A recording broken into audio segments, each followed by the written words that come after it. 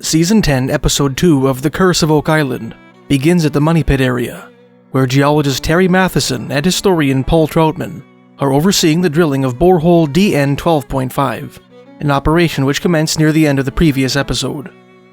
The treasure hunters are joined by Rick Lagina, Craig Tester, and Scott Barlow, who are present when a core sample taken from a depth of 98 feet is sliced open. This sample contains a fragment of wood below what appears to be in situ soil. The treasure hunters speculate that they may have drilled into the tunnel discovered the previous episode via boreholes K15.5 and M16.25. The narrator remarks that this new wood sample is located 5 feet higher than the other wood samples recovered from the aforementioned boreholes, an indication that the tunnel is slightly graded. The treasure hunters agree that they ought to test the water in DN12.5 for traces of gold, which was found in other Money Pit water samples the previous year. Later on, Gary Drayton and Jack Bagley go metal detecting on Oak Island's Lot 7, on which they found a musket ball and a brass coin in the previous episode. They uncover a small, heavily corroded object, which Drayton tentatively identifies as a cloak pin, inset with some sort of jewel. Bagley suggests that this find evokes a rhodolite garnet brooch found on adjacent Lot 8 in Season 5, Episode 16. The narrator then reminds us of the theory proposed by researcher Scott Barlow in Season 9, Episode 21, that the garnet is actually one of the 12 gemstones from a Freemasonic Royal Arch High Priest breastplate, noting that several prominent people involved in the Oak Island treasure hunt, namely Reginald Harris, the lawyer of treasure hunters Frederick Blair and Gilbert Hedden, Oak Island treasure hunter and landowner Mel Chappell, and Luther Archibald, the cousin of Oak Island treasure hunter Adams Archibald Tupper, were all Grand High Priests in the Freemasonic Grand Chapter of Nova Scotia.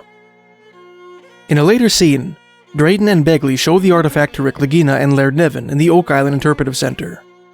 Niven opines that the pin is a piece of decorative jewelry, and examines it under a microscope. The gem which dominates the piece proves to be of a dark blue hue. The archaeologist refuses to date the artifact, and suggests that they clean it and subject it to a CT scan. As hinted in the title of the episode, Across the Pond, most of Season 10, Episode 2 takes place in England, across the Atlantic Ocean from Oak Island. Near the beginning of the episode, Marty Lagina, Alex Lagina, and Charles Barkhouse travel to the town of Royston, England, to meet Gretchen Cornwall, author of the 2018 book The Secret Dossier of a Knights Templar of the Sangreal, and the 2022 book Oak Island's Mysteries of the Map, House of Rochefoucauld, the Templar statue and Royston Cave, with whom they had a video conference at the end of the previous episode. Cornwall takes the treasure hunters to Royston Cave, a mysterious artificial cave beneath the town, which some researchers believe was once used as a secret meeting place by members of the Knights Templar. As the party enters an underground tunnel which leads to the cave, the narrator explains that the structure was rediscovered in 1742, when a secret entrance was discovered during construction in the town's marketplace. The cave's official website, roystoncave.co.uk, states that the tunnel was constructed after the cave's discovery to allow easier access for visitors. It also elaborates on the structure's 1742 discovery in a paragraph which reads, Royston Cave was discovered by accident in 1742 by workmen erecting a bench in the butter market above. A millstone was found in the ground, which, when lifted, uncovered a vertical well-like shaft. Toe holes had been cut into the chalk to form steps. A small boy was volunteered to make the first ascent, and found the cave to be filled with earth and debris. In the expectation of finding treasure, the shaft was enlarged, and the cave was emptied, uncovering extensive carvings in the lower part of the chamber. No scientific archaeological investigation was made at the time, but according to Reverend George North, who visited the cave shortly after its discovery, the contents included a skull, some decayed bones, fragments of a small drinking vessel, and an unmarked piece of brass. In his 1884 book, The Origin and Use of the Royston Cave, English historian Joseph Belden mentions other artifacts which were unearthed during the cave's 1742 excavation, some of which are especially interesting, considering the parallels drawn in this episode between Royston Cave and the Oak Island Money Pit. In addition to red bricks of ancient manufacture, the 18th century amateur archaeologists who opened the cave unearthed very thick fragments of oak, iron components of a chest, a large lump of charcoal, powdered with sulfur, and a huge quantity of animal bones. At the very bottom of the cave was a human grave. Recall that human bones, animal bones, charcoal, old iron, pottery fragments, and large pieces of oak have all been recovered at depth in the money pit area. Royston Cave itself proves to be a bell-shaped chamber, measuring 8 meters or 26 feet in height, and 5 meters or 16 feet in diameter. The lower portion of its walls is covered with carvings, depicting Christian symbols, mysterious symbols, medieval arms and armor, and what appear to be soldiers, knights, and members of the nobility. The cave's official website identifies 4 of the carved figures as Christian saints, namely Saint Christopher, the patron saint of travelers, Saint Catherine of Alexandria, who is depicted alongside the breaking wheel, upon which the Roman Emperor Maxentius ordered her execution in 305 AD, Saint Lawrence, who is depicted holding the gridiron on which he was martyred, and a depiction of a holy knight, whom some have interpreted as Saint George. Other carvings are believed to depict Christ and his 12 apostles, English King Richard the Lionheart, and King David I of Israel, whom some believe is actually Jacques de Molay, the last Grand Master of the Knights Templar. In addition to the Christian carvings, Royston Cave contains several pagan graffitos, including a depiction of a Celtic fertility goddess, and a strange image of a man holding a candle and a skull. In his book, Joseph Belden put forth a tentative argument that the cave was first dug by Celtic Britons for the purpose of druidic worship, used as a sepulchre by foreign legionaries during the Roman occupation, employed as a chapel by veterans of the Crusades, who admired its resemblance to ancient Christian chapels in the Holy Land, and finally sealed during the 16th century English Reformation. In the show, Gretchen Cornwall explains that some theorists believe the cave was used by the Knights Templar as a secret initiation chamber, and that she herself believes that its entrance was concealed by a market stall on the street above. When Alex Lagina asks Cornwall for the dimensions of the cave, the writer states, "It's approximately 16 feet, but as we get into the center circle, it's more like 13 feet.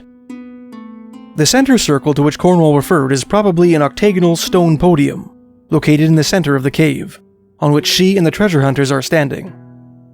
Marty remarks that the podium's 13-foot diameter evokes the original money pit, found in 1795, which was also said to have a diameter of 13 feet. Alex then reminds his fellow treasure hunters of the 13-foot diameter of the initiation wells of Quinta de Regalera, a quinta, or manor house, in the town of Sintra, Portugal, which once served as a Templar stronghold, which the team examined the previous year. Similar to Royston Cave, some theorists suspect that the initiation wells were used by the Knights Templar as initiation chambers. Marty asks Cornwall whether there are any other potential connections between Royston Cave and Oak Island. In response, the author directs the treasure hunter's attention to a large crucifix carved into the cave's wall, and suggests that its shape evokes that of the mysterious lead cross found on Smith's Cove back in Season 5, Episode 10. Recall that, immediately after unearthing the artifact with Gary Drayton, Rick Lagina noticed that the lead cross's peculiar lopsided shape was similar to that of the Dom Cross, a graffito carved into the walls of a prison in Dom, France, in which Templar knights were imprisoned following their mass arrest on October 13, 1307.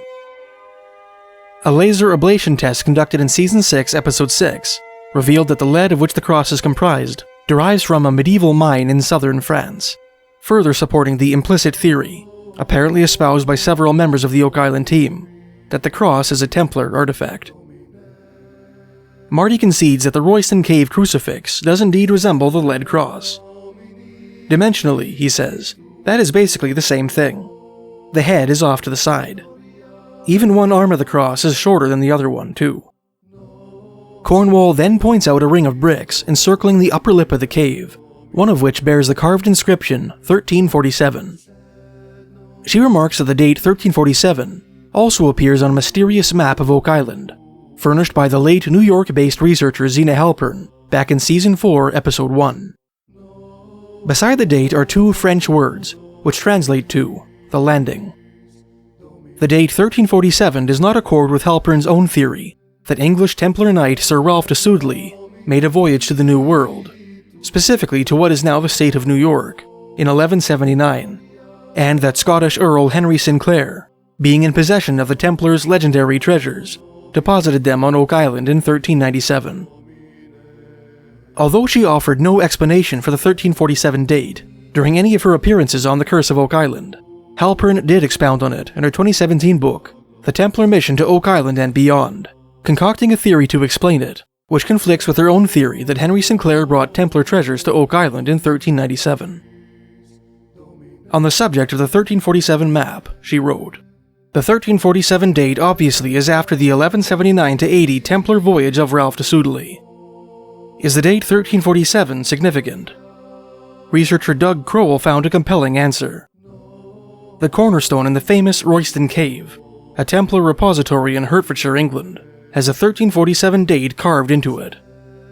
The bell-shaped artificial cave was cut out of the chalk bedrock and used as a secret hideout and repository by the outlawed Templars. According to many historians, the Templars occupied Royston Cave from 1307, when they were outlawed, to 1347, during which time they carved hundreds of images on the walls of the cave. I believe that in 1347, when the bubonic plague swept across England, the Templars planned their escape. They knew about Oak Island from Ralph de Sudeley's 12th century visit, gathered their treasures, and set sail, landing on Frog Island being a small isle located a short distance from Oak Island. To learn more about Zena Halpern's extremely convoluted theory, please check out my video, Zena Halpern's Theory of Oak Island, a link to which you can find in the description. Back in Royston Cave, Marty and Alex Lagina speculate that, if Zena Halpern's 1347 map is legitimate, and that the date on the map denoted a 1347 Templar voyage to the New World, the 1347 inscription in Royston Cave would probably have been carved in commemoration of that event. Pointing to the carving, Marty says, echoing Zena's theory, the conjecture would be that's a commemorative stone. It says, "Alright guys, we're leaving this place now. It's become too dangerous." They inscribe it, because people do that. And it actually is kind of like a cornerstone, where you put such things, and then they pack up and go. According to you, he says, looking at Gretchen Cornwall, to Oak Island. Cornwall then points out a third carving on the wall, depicting an armless anthropomorphic torso, wearing a crown, and what appears to be either a dress or a tunic. She states that she believes the lower end of the garment is actually a fish-like tail, and suggests that the figure is a depiction of Melusine, the legendary nymph-like ancestor of the noble French houses of Plantagenet, Lusignan, and by extension, La Rochefoucauld. According to medieval European legend, Melusine was one of the 3 triplet daughters of a Scottish king named Helmus and a beautiful fairy called Pressine. At Pressine's insistence, Helmus swore a vow to never look in on his wife during childbirth, or while she lay in childbed.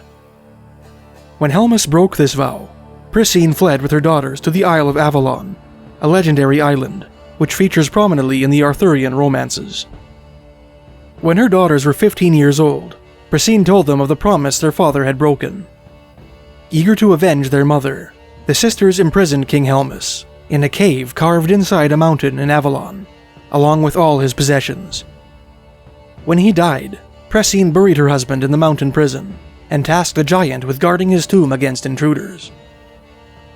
Despite his betrayal, Pressine still loved her husband, and was angered by her daughter's mistreatment of him. As punishment, she cursed each of them with a unique affliction. Melusine's curse was to transform into a serpent from the waist down every Saturday. Whomever she married must not approach her in her altered state, lest he lose his lands and good fortune. Melusine went on to marry a French knight named Raymond, the ward of the Earl of Poitiers, who met her during a hunting trip in the Coulombier forest, during which he accidentally slayed his lord while attempting to defend him from a wild boar. She made her husband swear to never ask where she went on Saturdays, assuring him that there was no sinister reason for her mysterious absences on the Sabbath. Melusine and Raymond went on to have 10 children, each of them bearing some deformity, and for years, Raymond faithfully kept his promise to never inquire into his wife's mysterious Saturday disappearances.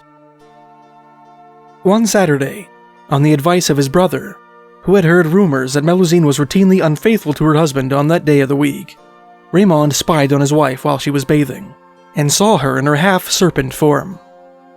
Horrified, yet deeply repentant, Raymond decided to keep his transgression a secret, unaware that Melusine knew of his offense, and had forgiven him for it on account of his remorse.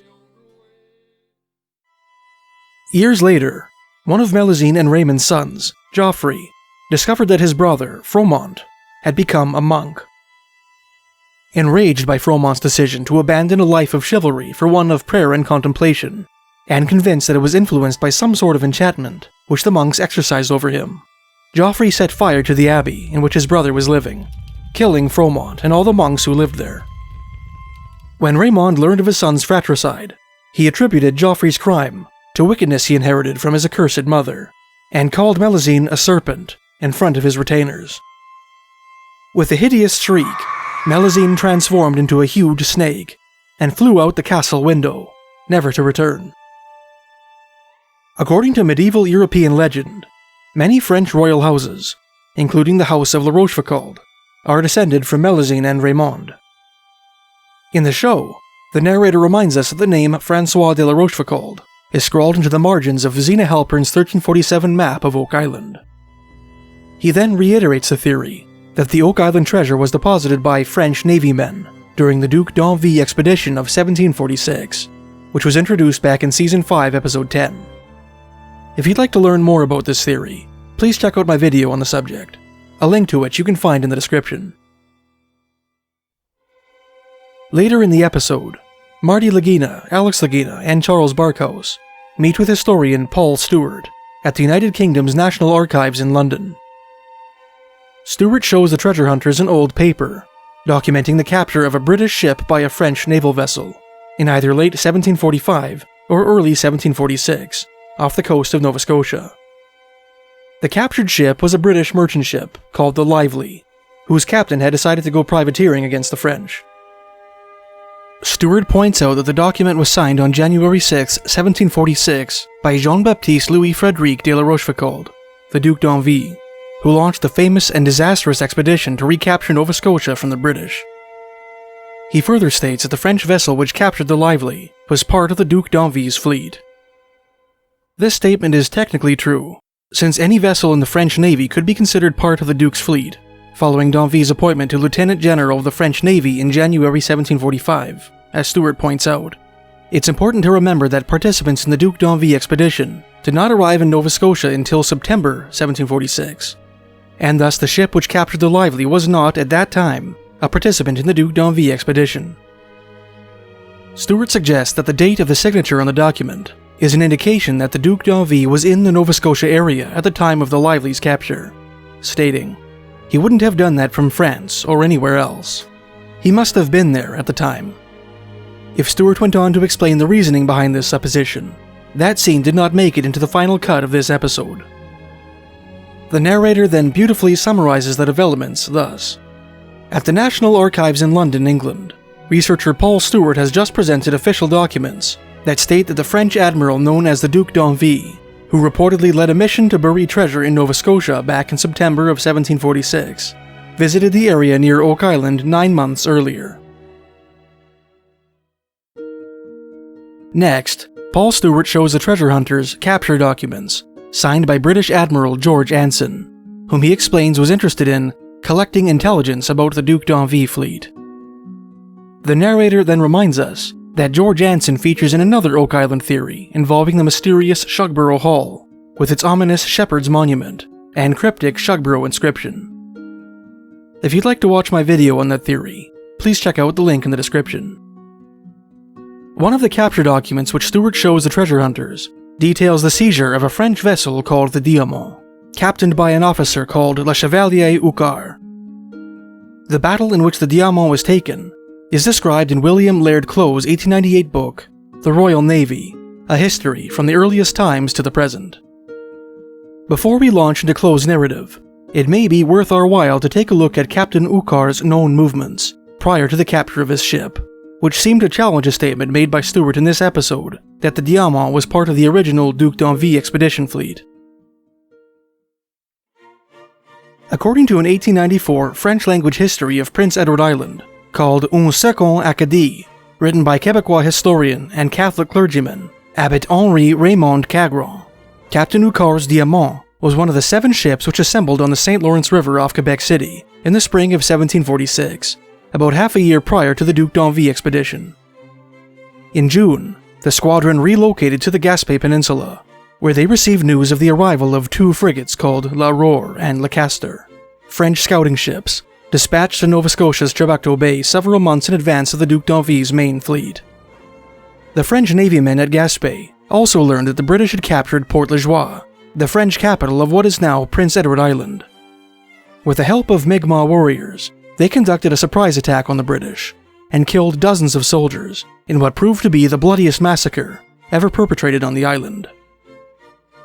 Cagron's narrative seems to imply that Hucar and his Diamant were actively engaged in the Canadian theater of the War of Austrian Succession prior to the Duc d'Envie's disastrous voyage across the Atlantic, and were therefore probably not part of the main d'Envie fleet.